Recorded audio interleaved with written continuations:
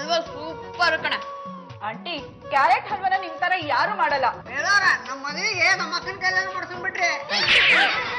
ಪಡವಲಕ ಕನಸು ಕಾಣ್ಬೇಡ. ನಾನು ಬದುಕಿರೋವರೆಗೂ ವೇದನ ನಿನ್ ಕೊಟ್ಟು ಮದುವೆ ಮಾಡಲ್ಲ. ನೀವು ಸರಿ ಗುಂಡನವ್ರ ಬಿದ್ದಿ ಸಿಕ್ಕಿ ತಿನ್ರಿ. ಮುಂದೆ ತಿನ್ನಕ್ಕೆ ಆಗಲ್ಲ ಕಣೆ. ಪಾರ್ಸಲ್ ಕಳ್ಸೋ ಮನೇಲೆ ತಿಂತೀವಿ.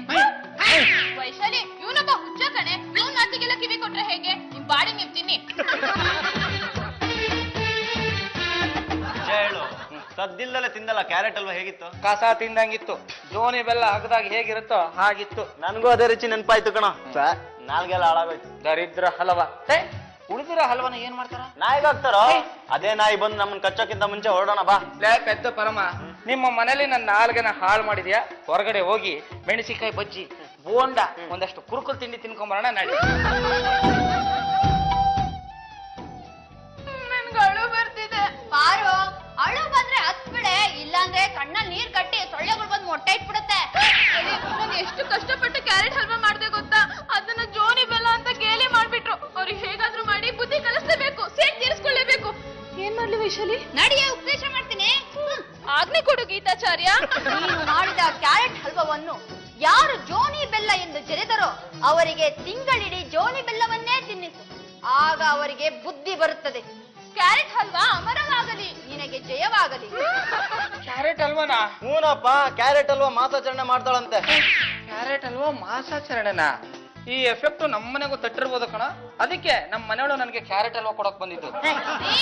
ನಿಮ್ಗೋಸ್ಕರ ಕ್ಯಾರೆಟ್ ಹಲ್ವಾ ಮಾಡಿದ್ರೆ ಬೇಡ ಅಂತ ಓಡ್ ಬರ್ತೀರಾ? ನೋಡಿ ತಿನ್ನಿ. ಇಲ್ಲಾದ್ರೂ ಬೇರೆ ಸಿಗುತ್ತೆ ಅನ್ಕೊಂಡ್ ಬಂದೆ. ಸಿಗುತ್ತೆ ಸಿಗುತ್ತೆ. ಕ್ಯಾರೆಟ್ ಹಲ್ವಾ ಯಾರು ಮನೆ ಹೆಡ್ ಆಫೀಸ್ ಅಂದ್ರೆ ನಮ್ಮನೆ ಬ್ರಾಂಚ್ ಆಫೀಸ್. ಎರಡು ಕಡೆ ಕ್ಯಾರೆಟಾ? ನೋಡ್ರಿ, ತಗೊಳ್ರಿ, ತಿನ್ನಿ. ಅಲ್ಲಮ್ಮ, ದಿನಾ ಕ್ಯಾರೆಟ್ ಹಲ್ವಾ ತಿಂತಾ ಇದ್ರೆ ನಾಲಿಗೆ ಕತೆ ಏನಾಗ್ಬೇಕಮ್ಮ?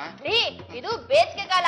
ಖಾರವಾಗಿರೋದನ್ನ ತಿನ್ಬಾರ್ದು, ತಂಪಾಗಿರೋದನ್ನ ತಿನ್ಬೇಕು. ಕ್ಯಾರೆಟ್ ತುಂಬಾ ಒಳ್ಳೇದು. ಇದರಲ್ಲಿ ವಿಟಮಿನ್ ಸಿ ಇರುತ್ತೆ. ವಿಟಮಿನ್ ಸಿ ಕಣ್ಣಿಗೆ ತುಂಬಾ ಒಳ್ಳೇದು. ಒಂದು ಕೆಲಸ ಮಾಡ್ರಮ್ಮ, ವಿಟಮಿನ್ ನೀವೇ ತಿನ್ಕೊಂಬಿಡಿ, ನಮ್ಮಿಬ್ರಿಗೂ ಖಾರವಾಗಿ ಏನಾದ್ರು ಮಾಡ್ಕೊಡ್ರಮ್ಮ. ನೋಡ್ರಿ, ನಮ್ಮಿಬ್ರ ಮನೆಯಲ್ಲಿ ನಿಮ್ಮಿಬ್ರಿಗೆ ಅಂತ ಇನ್ಮೇಲೆ ತಿನ್ನೋಕ್ ಸಿಗೋದು ಕ್ಯಾರೆಟ್ ಹಲ್ವಾ ಮಾತ್ರ. ಬೇಕೇ ಬೇಕು, ನ್ಯಾಯ ಬೇಕು. ಕ್ಯಾರೆಟ್ ಹಲ್ವಾಗೆ ಧಿಕ್ಕಾರ ಬೇಕೇ ಬೇಕು.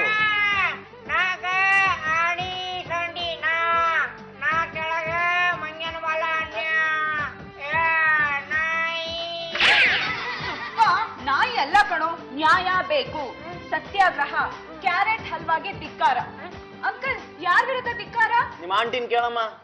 ಅಂಕಲ್, ಕ್ಯಾರೆಟ್ ಹಲ್ವಾಗೆ ಧಿಕ್ಕಾರ ಅಂತ ಇದೆಯಲ್ಲ, ಕ್ಯಾರೆಟ್ ಹಲ್ವಾ ಮೇಲೆ ಸ್ಟ್ರೈಕಾ? 3 ದಿವಸ ನೀವ್ರ ಹಲ್ವಾ ಬಿಟ್ಟು ಬೇರೆ ಏನು ತಿಂದಿಲ್ರಿ.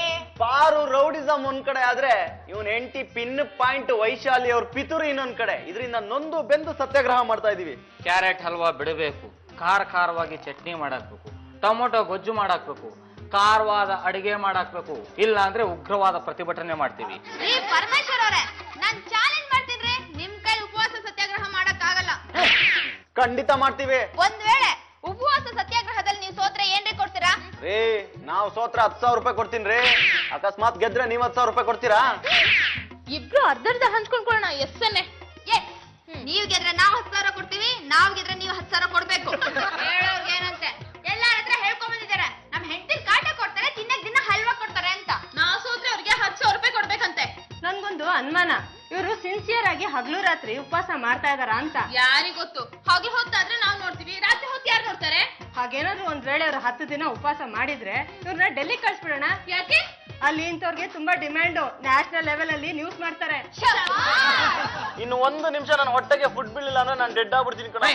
ಅಡಿಗೆ ಮನೆವರೆಗೂ ಬಂದಿದೀವಿ, ಏನಿದೆ ನೋಡೋಣ ಬಾ. ನಡಿ.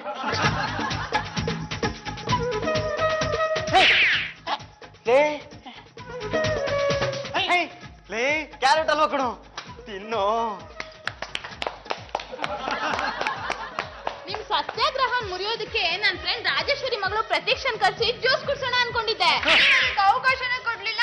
ನೀವು ನಮ್ಮನ್ನ ಡೆಲ್ಲಿ ಕರ್ಕೊಂಡೋಗಿ ಉಪವಾಸಕ್ಕಿಡೋ ಸ್ಕೀಮ್ ಹಾಕೊಂಡಿದ್ರಲ್ಲಮ್ಮ, ಅದಕ್ಕೆ ತರ ಮಾಡಿದ್ವಿ. ಡೆಲ್ಲಿನೂ ಇಲ್ಲ, ಏನೂ ಇಲ್ಲ. ನೀವು ಸತ್ಯಾಗ್ರಹ ನಿಲ್ಲಿಸ್ಲಿ ಅಂತ